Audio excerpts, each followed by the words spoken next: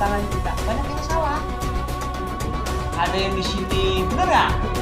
Ada yang di sini. Anak itu bisa apa? Artinya ketika kita menghindar, kita menginginkan anak-anak kita menjadi orang kaya. Ini sosial media. Kalau kita lagi marah sama anak, sumpah sama anak.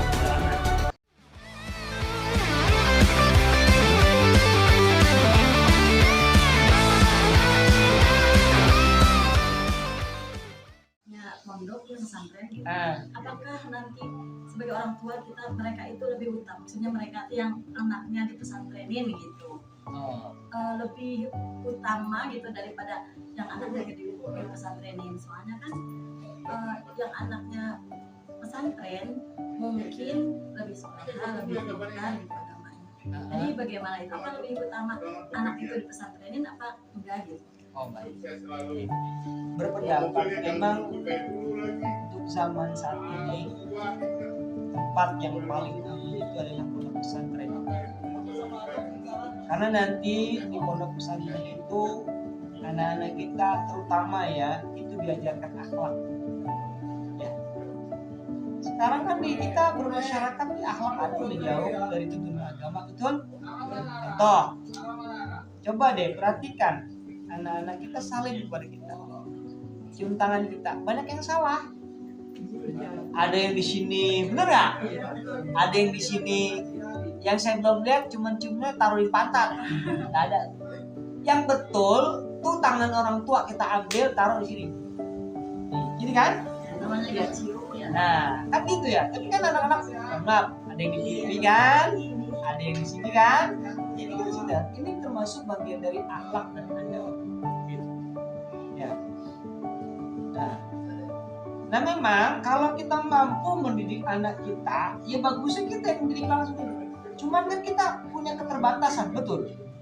Terutama ilmu agama. Mungkin mohon maaf ya termasuk saya di sini ya. Ilmu agama kita kan minim. Ya.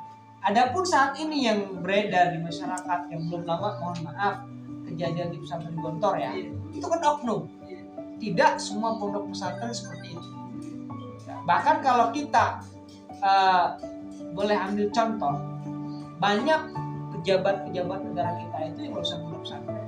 Contohnya siapa? Pak Din Samsudin, bener kan? Dia itu lulusan Gontor, bener kan?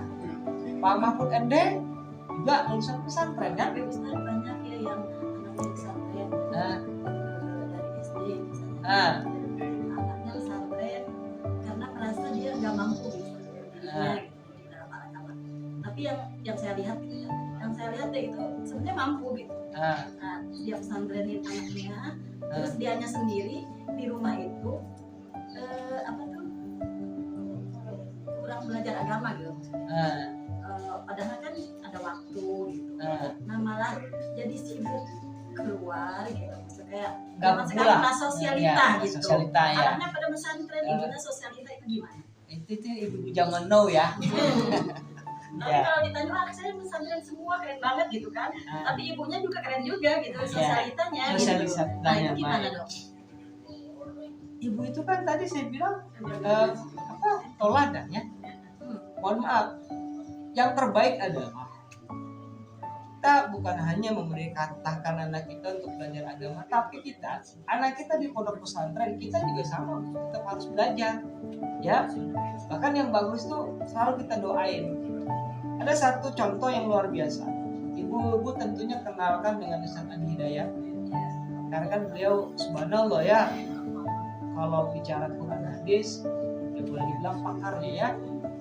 Itu dimulai ketika Ustaz Adi Hidayat masih kecil, ternyata ayahnya yang sudah mencontohkan. Bahkan Ustaz Adi Hidayat pernah meneteskan air mata setelah ayahnya wafat. Ternyata ada satu tempat dia buka, itu ternyata itu kitab-kitab ayahnya yang selama itu dipelajari di pondok pesantren. Nah, makanya nggak bisa, Bu. Tadi saya bilang buah itu jatuh nggak jauh dari pohonnya kan? Artinya ketika kita menghendaki, kita menginginkan anak-anak kita menjadi orang-orang yang baik, bahasa agama soleh dan solehah, dimulai dari diri kita. Ya gimana anak-anak soleh-soleha, anaknya suruh ngaji, anaknya suruh sholat, anaknya berangkat ke masjid, dia lagi sibuk nonton Andin. Nah, ya kan ini mohon maaf Bu, ya jangka sembung naik ojek, tahu Bu? Nggak nyambung ya. Nah, Jadi alangkah baiknya kalau anak menuntut ilmu, ibu juga harus lebih ya. betul. Ya karena kalau kita lihat, mohon maaf ya, orang-orang soleh termasuk ya Imam Syafi'i ya, termasuk Rasulullah SAW sendiri, itu zuriat ke atasnya orang baik semua. Tapi bagaimana gini kalau Ustaz nih, saya biarinlah anak ke pesantren, yang penting saya ilmunya mencari ilmu setiap saat gitu, nanti ilmu yang saya dapat itu buat anak gitu. Jadi meskipun anak ke pesantren juga nggak apa-apa gitu, yang penting saya berilmu dan itu karena ibu itu madrasah pertama kan buat anak. Jadi biar dari saya aja gitu. Nggak apa-apa. Itu kan nggak apa-apa kan? Nggak apa-apa. Ya nggak apa-apa. Ya nggak apa-apa. Itu juga bagus. Ya yang penting jangan sampai kita tidak lihat kesana kemari. Karena saya pernah mengalami sendiri. Ketika saya selesai menjemput anak saya, selesai acara tahfiz Quran di sekolahnya, singkat cerita tuh saya main ke danau sama istri sama anak-anak kan. Saya sangat jadi malu hati sendiri. Itu ibu-ibu lagi joget-joget dibikin tiktokan. Mungkin hati saya ngeletak, akhirnya soundnya mati tuh, nggak jadi dia pindah. Alhamdulillah. Ya kita kan gimana ya, kita nggak lihat di depan mata, ya kita lihat dosa, atau kita nggak lihat sayang gitu ya. Nah, itu kan terjadi sekarang kan. Jadi sebetulnya kan mohon maaf, ini pengaruh teknologi yang bablas yang tidak difilter kan, tidak bisa. Ya handphone itu bagus ya, tergantung kita menggunakan ya kan. Ada yang bisa nanti menyebabkan dia masuk surga dengan teknologinya kan, isinya handphonenya pengajian ya kan. Tapi nggak sedikit juga yang salah kaprah kan menggunakan teknologi. Jadi kalau ibu bertanya gimana anak saya misalkan nggak dipondokin, ya cukup saya didik, silakan, nggak apa-apa. Yang penting ya pertama nih Bu, mohon maaf, ingetin sholat 5 waktunya ya. Soalnya saya seperti itu. Ya nggak apa-apa, yang penting ya artinya kalau memang keadaan seperti itu ya tidak dipaksakan harus pondok. Yang penting kita yang memberikan contoh, kemudian anak-anak kita arahkan ya. Insya Allah Bu, kalau kita sudah mulai, nanti anak kita akan ikuti. Dan yang lebih luar biasa adalah doain terus. Karena doa orang tua itu nggak ada hijab, ya tembus langsung ke langit. Dan Allah tuh makanya mohon maaf, kalau kita lagi marah sama anak, jangan sumpah serapah sembarangan. Kadang-kadang ada nih, mohon maaf ya, ibu-ibu yang memilih anaknya bahasa-bahasa yang tidak semestinya keluar, dia keluarkan. Contoh misalnya, kan belum lama, ya itu ya, mohon maaf. Viral kan yang kemarin ketika COVID, anak-anak ibu ngajarin anak Pancasila nggak bisa-bisa kan, yang orang Medan tuh. Nah itu kan potret masyarakat kita kan. Makanya ya kebetulan saya seorang pendidik juga di sekolah, kadang-kadang ada orang tua yang ngomong begini, saya bilang ya coba aja didik anak sendiri. Ternyata kan nggak mudah kan. Jadi selain kita ada Allah memberikan kelebihan kecerdasan, ternyata didik anak juga perlu kesabaran, ya kan? Itu apalagi jangan sekarang kan ada Komnas HAM. Saya Bu di sekolah udah nggak berani tuh nyubit anak-anak, 5 tahun penjaranya. Nah yang paling kita cuma sebatas mulut aja. Dan sama ketika kita di sekolah pun saya tuh memberikan contoh.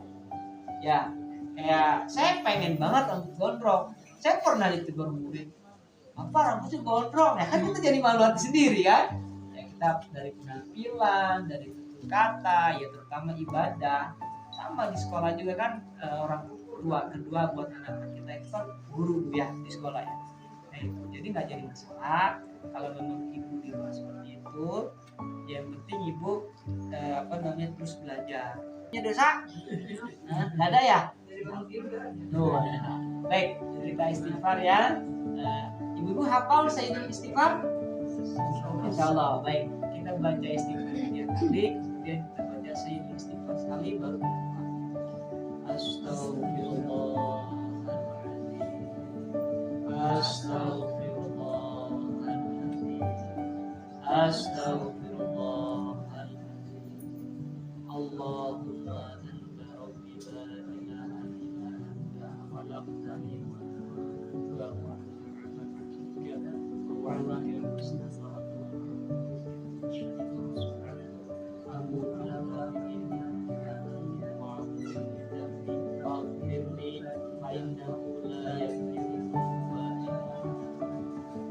Bismillahirrahmanirrahim. Allahumma shalli wa sallim ala sayyidina Muhammadin wa ala alihi wa sahbihi wa sallim radhiyallahu tabaraka wa ta'ala an sayyidina Rasulillahi ajma'in.